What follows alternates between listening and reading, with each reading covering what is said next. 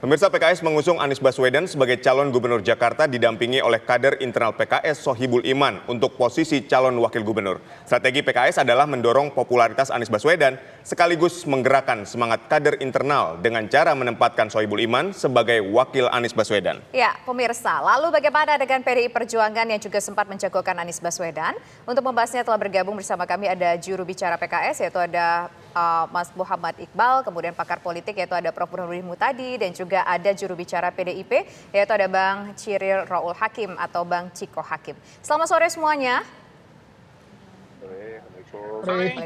Waalaikumsalam. Nah, pertama kita ingin ke PKS dulu. Jadi sudah diumumkan bahwa PKS akan mengusung Anies Baswedan dan juga Sohibul Iman. Nah, respon dari Anies Baswedan sendiri atas nama Sohibul Iman ini disandingkan dengan dirinya seperti apa?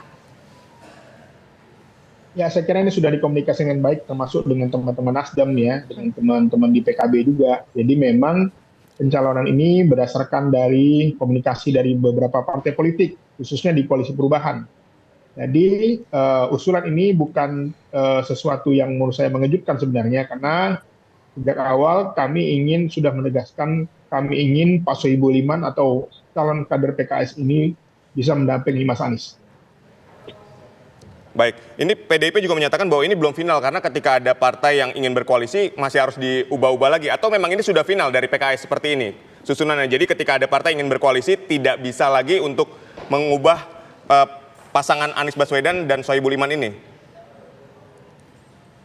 Ya, saya kira ini hasil dari komunikasi pimpinan PKS dengan pimpinan Nasdem dan bersepakat untuk mengusung calon gubernurnya adalah Mas Anies Baswedan dan calon wakil gubernurnya adalah Pak Sohibul Iman. Sehingga memang kalau dua partai saya cukup, apalagi nanti tambah PKB, mungkin kalau PDI mau bergabung, saya kira mungkin sebuah dukungan sangat solid. Karena apa? Karena PKS sebagai partai pemenang pemilu tentu saja menginginkan sebuah momentum bagaimana kadernya, pimpinannya juga bisa maju sebagai calon kepala daerah atau wakil kepala daerah. Dan hari ini adalah momentum bagi kami untuk memberikan semangat. Karena biasanya di PKS itu, kalau kadernya apalagi pimpinan yang diusung itu semangatnya bisa 5 kali lipat dari hanya mendukung orang lain. Oke, baik. Sekarang kita ingin menuju ke PDI. Bang Ciko, ini kan nama Anies Baswedan sempat muncul dalam bursanya PDIP untuk maju ke Pilgub. Nah, dengan disandingkannya nama Anies Sohibul Iman, bagaimana respon PDIP? Apakah PDIP setuju dengan nama ini? Kita tidak dalam posisi untuk setuju dan tidak setuju dulu ya. Yang pertama adalah di internal kami sedang fokus yang menjadi prioritas adalah mengerucutkan nama-nama dari kader internal yang akan kami usung menjadi nama di calon gubernur ataupun calon wakil gubernur. Dan tentu gini, kalau kemarin nama Anies Baswedan muncul dari usulan DPD ya, bukan dari DPC, itu sesuatu hal yang cukup wajar karena ada beberapa nama yang memang dimunculkan oleh DPD dan diusulkan ke DPP, dan nama-nama itu memang sedikit banyak memenuhi kriteria yang sudah kita pasang untuk mencari calon gubernur maupun calon wakil gubernur di DKI Jakarta. Artinya orang-orang yang memang berpengalaman, punya rekam jejak yang jelas, yang mempunyai pengalaman di bidang pemerintahan, baik itu di tingkatan daerah sampai pusat. Jadi ada nama Pak Anies, ada nama Andika Perkasa, ada nama-nama lain. Ada nama Bu Risma, Prasetyo Edi Marsudi, Charles Bonar Sirait. Nah, terkait dengan apa yang menjadi keputusan PKS ya, di 2 hari yang lalu kan mengusung Pak Sohibul Iman. Lalu kemudian hari ini menduetkannya dengan Anies Baswedan. Kita hargai dan harus kita apresiasi sebagai sebuah partai politik, apalagi yang memperoleh suara yang signifikan, bahkan akhirnya bisa melampaui PDI Perjuangan di pemilu yang kemarin. Ini memang sebuah langkah yang memang harus ditempuh sebagai partai yang memang mempunyai identitas dan punya independensi ya.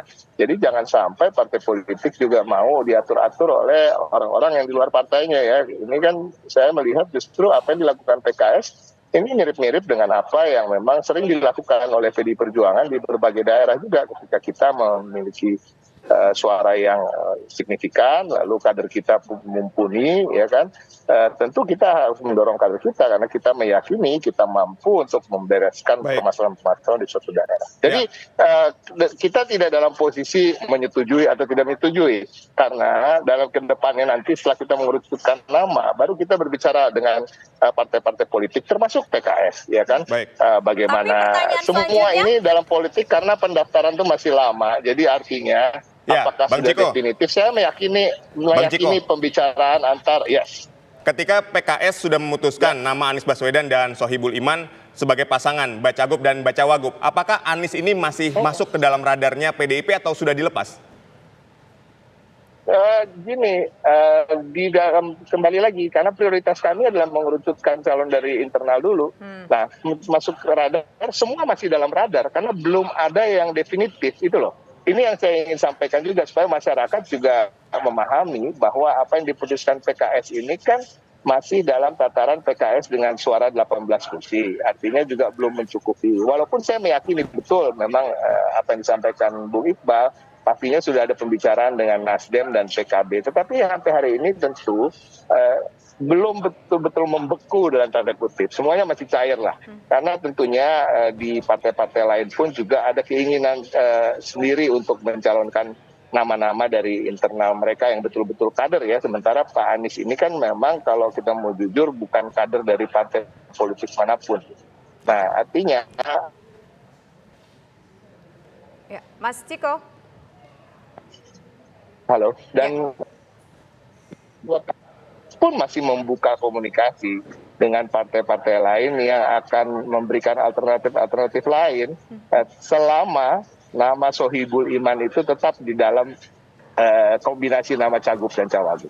Oke baik, sekarang kita ingin menuju ke Prof. Burhanuddin Muhtadi dengan dideklarasikannya oleh PKS nama Anies Baswedan dan Sohibul Iman. Ini akan seperti apa peta politiknya? Anda melihat Prof. Burhan apakah nama ini sudah beku, tidak bisa diotak-atik lagi dengan siapapun nanti mungkin PKS akan berkoalisi karena nggak bisa maju sendiri dan bagaimana pula nanti posisi dari PDIP di Pilkada? Saya kira masih sangat terbuka untuk terjadi dinamika terkait dengan pasangan Cagup Cawagup yang akan maju di Pilkada nanti. Jadi dari sudut pandang kepentingan subjektif partai-partai sangat wajar PKS mengajukan Mas Anies didampingkan dengan kadernya sendiri. Karena siapapun partai pasti punya kepentingan untuk mempromosikan kader internalnya. Tetapi dari sudut pandang elektoral, saya kira akan banyak PR yang harus dikerjakan oleh PKS karena kedua tokoh yang disebut oleh PKS ini, yaitu Mas Anies maupun Mas Sohibul Iman, itu berasal dari captive yang sama, yaitu kelompok Islam religius, ya. Terutama mereka yang tinggal di Jakarta Selatan, Jakarta Timur, dan Jakarta Pusat. Jadi untuk menang, saya kira Mas Anies membutuhkan tambahan suara terutama dari tokoh yang punya daya ungkit elektoral di Jakarta Barat dan Jakarta Timur. Dan data elektoral menunjukkan PD Perjuangan cukup kuat di wilayah Dapil DKI 3 ini yang mencakup Jakarta Barat dan Jakarta Utara. Jadi lagi-lagi dari sudut pandang kepentingan partai sangat wajar apalagi PKS menang pemilu di Jakarta ya. Tetapi yang perlu diingat, PKS tidak cukup untuk memajukan pasangan tanpa harus berkoalisi dengan partai lain. Dan kalau misalnya PKS berhasil menggait dukungan dari koalisi lamanya, yaitu koalisi perubahan, Nasdem dan PKB, maka ada kemungkinan PD Perjuangan yang akan tanda kutip di ekskomunikasi dan harus memilih dari pilihan yang tersedia. Karena PD Perjuangan juga tidak bisa memajukan calonnya sendiri. Jadi memang saya melihat, Tisa, manuver PKS ini itu bagian dari upaya untuk mencuri start. Karena PKS sering ketinggalan start kan. Dalam Pilpres kemarin, Nasdem duluan yang mendeklarasikan Anies sebagai capres. Kemudian ujungnya Caimin yang menjadi cawapresnya Mas Anies. Nah mungkin dalam konteks Pilkada saatnya PKS berharap dukungan imbal balik, terutama dari Nasdem dan PKB yang sebelumnya paling banyak mendapatkan insentif dalam konteks Pilpres. Baik. Baik, pembahasan mengenai PKS yang mengusung Anies Baswedan dan Sohibul Iman di Pilgub Jakarta masih akan kami hadirkan usai jeda. Tetaplah di Kabar Petang. Sudah banyak yang merasakan keuntungan lebih belanja di Depo Bangunan. Mau seperti mereka, menangkan undian berhadiah total 14 miliar di Depo Bangunan. Ayo belanja! Hanya di Depo Bangunan. Anda kembali di Kabar Petang, kita ke Bang Iqbal. Bang Iqbal, tadi Anda sempat mengatakan bahwa koalisi dari PKS ini sudah menyetujui pasangan Anies Baswedan dan Sohibul Iman. Ini seperti apa, Bang Iqbal? Ya, saya kira perubahan dari Pak Sohibul awalnya jadi cagup menjadi cawagup karena hasil dari komunikasi kami juga dengan Pak Surya Paloh yang memang ternyata beliau juga khususnya Nasdem ya juga berkenan untuk mengusung dua calon ini, di mana Mas Anies sebagai calon gubernurnya dan Pak Sohibul Iman sebagai wakil gubernurnya. Jadi kalau menanggapi perubahan tentang masalah wilayah ya, saya kira memang ini agak sedikit biasa, mungkin ya. Tapi sebagai petanya sudah berubah. Saya kira tidak ada orang yang tidak kenal Mas Anies di Jakarta, yang pernah menjadi gubernur dan pernah jadi calon presiden. Tentu saja itu mungkin ada terjadi pergeseran ya. Tidak seperti incumbent yang sebelumnya mungkin yang hanya bertarung di Jakarta saja. Tapi kalau sudah pernah bertarung di tingkat nasional, tentu saja semua orang mengenalnya. Apalagi teman-teman minoritas di Jakarta juga sudah banyak sekali testimoni bagaimana kedamaian, ketenangan, bagaimana perhatian Mas Anies kepada kelompok-kelompok minoritas, kelompok-kelompok agama yang berbeda. Jadi saya kira yang kita lihat adalah pengalaman di berbagai daerah ketika yang diusung itu adalah kader, apalagi Pak Sohibul Iman ini adalah Wakil Ketua Majelis Syuro, tentu saja energi kader untuk memperjuangkan kemenangan ini akan berkali-kali lipat. Kenapa? Karena ini adalah momentum dan kesempatan bagi kader PKS untuk bisa memberi kontribusi yang terbaik buat Jakarta. Ya, Pak Iqbal, Bang Iqbal, tapi begini. Tadi dikatakan bahwa mesin politiknya udah pasti kuat begitu ya, karena ini adalah kadernya yang maju, kader dari PKS. Tapi ada aspek-aspek lain pula dalam setiap pemilu, ada aspek lain, mesin politik, biaya politik, dan berbagai macam perintilan-perintilan lainnya. Sekuat apa, modal apa yang dipunya kalau majunya Anies Baswedan dan juga Sohibul Iman? Oke, Anies Baswedan tingkat keterkenalannya cukup tinggi. Tapi modal apa lagi yang mungkin bisa dijual begitu, atau mungkin modal lain yang bisa diyakinkan akan menguatkan pasangan ini? Ya, saya kira dukungan-dukungan partai politik ya. Kedepannya saya kira akan banyak partai yang akan bergabung atau mendukung Mas Anies. Karena apa? Karena tadi melawan incumbent yang pernah menjadi calon presiden tentu saja tidak semudah melawan incumbent biasa. Makanya banyak partai-partai yang juga ingin menjadi wakilnya Mas Anies. Itu menunjukkan bahwa mereka sudah membaca statistik, sudah membaca data, sudah membaca survei, bahwa kalau berhadapan itu tentu saja berat. Nah, maka banyak calon partai yang mungkin berpikiran pragmatis, sudah yang penting kita wakil, yang penting kita bisa menang. Karena tadi kalau melawan Mas Anies tentu saja, apalagi misalnya calonnya diimpor dari provinsi lain misalnya, itu tentu saja tidak mudah. Karena waktunya tidak lama lagi, hanya 5 bulan kurang lebih. Tentu saja ini adalah momentum bagi Mas Anies dan Pak Sohibul Iman. Dan Pak Sohibul Iman ini bukan orang yang baru di Jakarta. Beliau itu pernah memenangkan kursi legislatif di Jakarta 2 dan suaranya sangat signifikan. Dan ini tentu saja juga masyarakat Jakarta, khususnya Jakarta Pusat dan Jakarta Selatan tidak sulit untuk mengenalnya dan sangat mudah mengingatnya. Karena beliau pernah berkiprah 5 tahun sebagai anggota legislatif di Jakarta. Ya. Baik, kita ke Bang Ciko. Bang Ciko, kalau kita dengar tadi pernyataan dari Bang Iqbal yang menyatakan bahwa koalisinya sudah jelas nih, ada PKS dan Nasdem. Nah, PDIP kemana jadi arah koalisinya? Ini kan seolah-olah kayak dikunci nih. Kita bilang bahwa PDIP dikunci dengan adanya koalisi ini. Nah, koalisi dari PDIP sendiri seperti apa ke depannya? Terus untuk bisa mencalonkan jagoan internal sendiri ini seperti apa? Ya, kembali lagi fokus dan prioritas kami hari-hari ini masih dalam mengerucutkan nama yang di internal kami yang akan kami usung dalam kombinasi nama antara Cagup dan Cawagup. Baru step berikutnya kita berbicara dengan partai-partai lain terkait dengan kerjasama politik yang akan kita lakukan dan tentunya bagaimana mensinkronkan calon kami dengan calon dari partai lain. Nah, kan masalah menjadi Cagup dan Cawagup masih negotiable. Nah, ini masalahnya sekarang ini kan pertanyaan dari Tiffany ini tidak seseru sebenarnya, waktunya tidak terlalu mendekati deadline. Kalau pertanyaan ini ditanyakan di bulan Agustus awal misalnya, ini akan semakin seru. Tapi ini kan masih bulan Juni, masih ada bulan Juli, sepanjang bulan Juli yang masih bisa terjadi perubahan-perubahan. Kita mengetahui politik itu begitu dinamis. Jadi bagi PDI Perjuangan kami juga tidak ingin terburu-buru juga, terpancing dengan kunci mengunci, ya kan, terpancing dengan apa yang dilakukan oleh partai lain, apa yang dilakukan oleh PKS. Buat kami adalah suatu hal yang patut dihargai, sebuah sikap, yaitu sikap yang tepat saya rasa sebagai partai pemenang pemilu legislatif. Nah ini nggak ada masalah bagi kami, tetapi kita nggak mau terlalu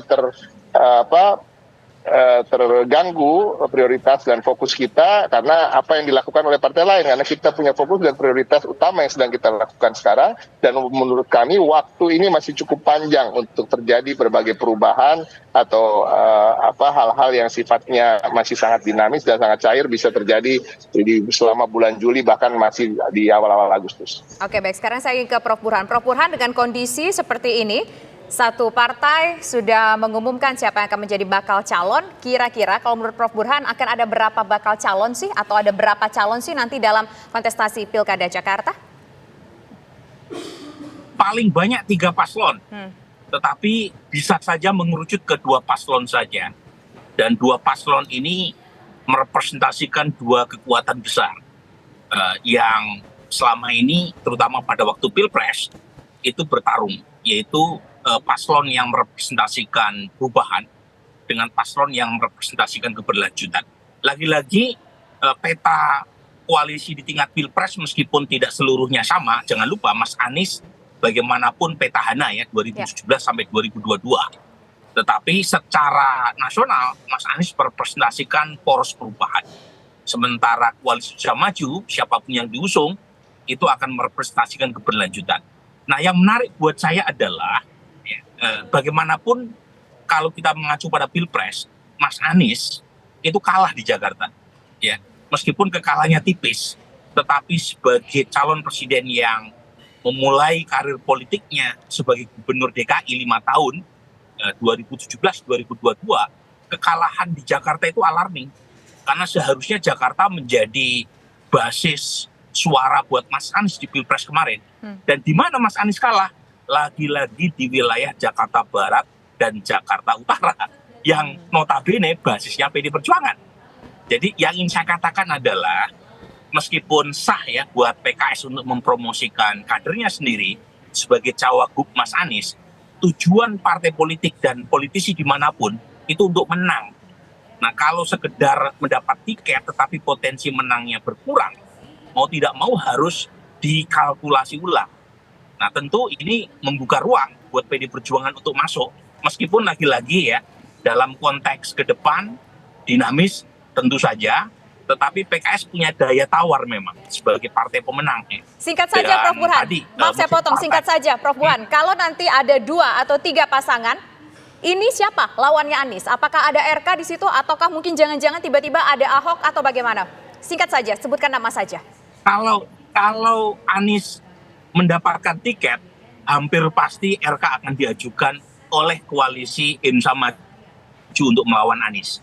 Nah, sementara Ahok pertanyaannya, ya satu PD Perjuangan masih berniat nggak untuk memajukan Ahok ketika Ahok sendiri secara elektoral itu punya basis loyalis kuat, tetapi ketika maju di head to head itu udah hampir pasti kalah Ahok itu. Baik. Nah, yang kedua ini problem juga buat Ahok. Kalau PD Perjuangan memajukan Ahok, pertanyaannya ada nggak partai lain yang mau mendukung bersama PD Perjuangan mengusung Ahok? Karena PD Perjuangan tidak cukup suaranya untuk maju sendiri tanpa koalisi dengan partai lain. Baik, terima kasih Prof. Burhan. Kita akan melihat bagaimana poros perubahan dan poros berkelanjutan ini bersaing atau bertanding di Pilgub Jakarta ini. Sekali lagi terima kasih juga Bang Ciko dan Bang Iqbal. Selamat sore semua.